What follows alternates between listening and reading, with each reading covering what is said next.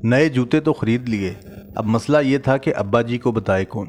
छोटे भाई से कहा तुम अपनी तरफ से पेश करो।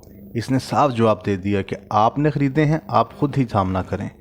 मैं गया और अर्ज़ किया, अब्बा जी ये आपके लिए नए जूते हैं। इनका सवाल मंतकी था। फरमाया, जब मेरे जूते अभी बिल्कुल ठीक हैं तो नए जूतों का क्या जवाज़ है, क्यों पैसे ज़ाया किए, और फिर मैं एक वक्त में एक जोड़ा ही पहन सकता हूँ।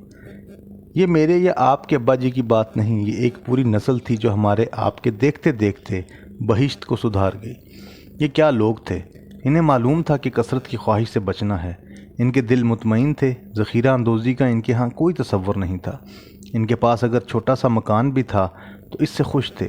जूतों का एक जोड़ा, लिबास, फ़कत चंद शॉपिंग और विंडो शॉपिंग की मुसीबतों से बचे हुए थे। इनके पास जो कुछ था इस पर अल्लाह का शुक्र अदा करते थे। इस्तग़ना की दौलत से माला माल थे। इस रवैये के और इस तर्ज़ ज़िंदगी के बहुत से मुस्बत असरात थे, और सबसे बड़ा मुस्बत असर ये था कि ये लोग आए दिन की ज़हनी परेशानियों से बचे हुए थे। ज़ख़ीरा अंदोज़ी सिर्फ़ ये नहीं कि खाने पीने की अशिया का ज़ख़ीरा कर लिया जाए, ये भी ज़ख़ीरा अंदोज़ी है कि घरों में मलबूसात, जूते, क्राकरी और बरकी मशीनों के ढेर लगा दिए जाएँ। आप बखूबी अंदाज़ा लगा सकते हैं कि एक आम मिडिल क्लास फैमिली के घर में कितनी ज़ख़ीरा अंदोज़ी की जाती है। पूरे कुंबे के जूते ही नहीं गिने जा सकते। पलंग पोशों से अलमारियां भरी हैं। गद्दियों के गुलाफ, कुशन्स बीसियों की तादाद में हैं। डेकोरेशन 20 मुसलसल जमा किए जाते हैं। ऑनलाइन शॉपिंग ने ज़ख़ीरा अंदोज़ी के इस रुझान को नई ज़िंदगी दी है। ख़वातीन जो ज़्यादा वक्त घर, शोहर और बच्चों को देने की बजाय सोशल मीडिया को दे रही हैं, जब फेसबुक पर कोई इश्तिहार देखती हैं तो औसतन हर रोज़ एक ऑर्डर दे देती हैं। पार्सल पर पार्सल आते हैं। कोरियर इंडस्ट्री के भाग जाग उठे हैं। मैंने कोरियर वाले एक लड़के से पूछा कि ऑनलाइन बिज़नेस का आप लोगों की मसरूफियत पर क्या असर पड़ रहा है। कहने लगा, काम कई गुना ज़्यादा हो गया है, और ज़्यादा काम ख़वातीन के हवाले से है। कसरत की ख्वाहिश या ज़ख़ीरा अंदोज़ी का रुझान कि कब ख़वातीन के मलबूसात वाले ब्रांड्स पर सेल लगती है तो इतना झमघट्टा होता है कि लड़ाइयाँ होती हैं और ख़वातीन एक दूसरे से गुत्थम गुत्था हो जाती हैं। ऐसे वाक़यात लाहौर में भी रिपोर्ट हुए हैं और इस्लामाबाद में भी, और ये एक दो बार नहीं, कई बार रिपोर्ट हुए हैं। ये ख़वातीन घरों में काम करने वाली माइयाँ नहीं बल्कि पढ़ी लिखी आसूदा हाल ख़वातीन हैं।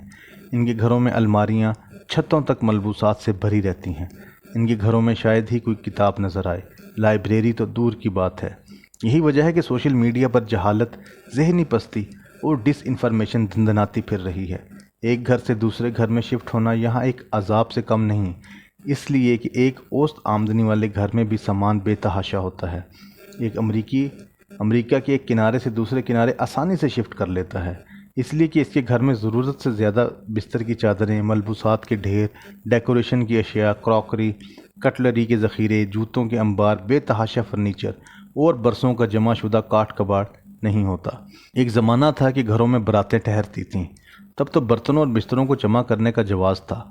आजकल तो शायद ही कहीं कोई मेहमान एक रात भी ठहरता हो। कारों और शाहराहों की बहुतात है। मुलाकात के बाद रात को लोग अपने घर जाने को तरजीह देते हैं। बरातें गेस्ट हाउसों, होटलों और मोटलों में ठहरती हैं। खाने शादी हालों में खाए जाते हैं। अब तो घरों में बीसियों मेहमानों के लिए सामान इकट्ठा करने का कोई जवाज़ नहीं। ये सारा मामला यानी हद से बड़ी हुई सार्फियत बचत के रुझान की शदीद हौसला शिकनी करती है। आमदनी का गालिब हिस्सा इन अशिया की ख़रीद पर सर्फ होता है जो पैदावारी नहीं है।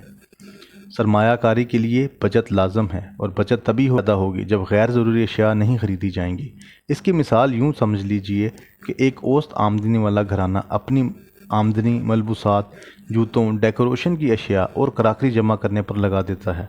इतनी ही आमदनी रखने वाला एक दूसरा घराना ये गैर ज़रूरी अशिया नहीं खरीदता।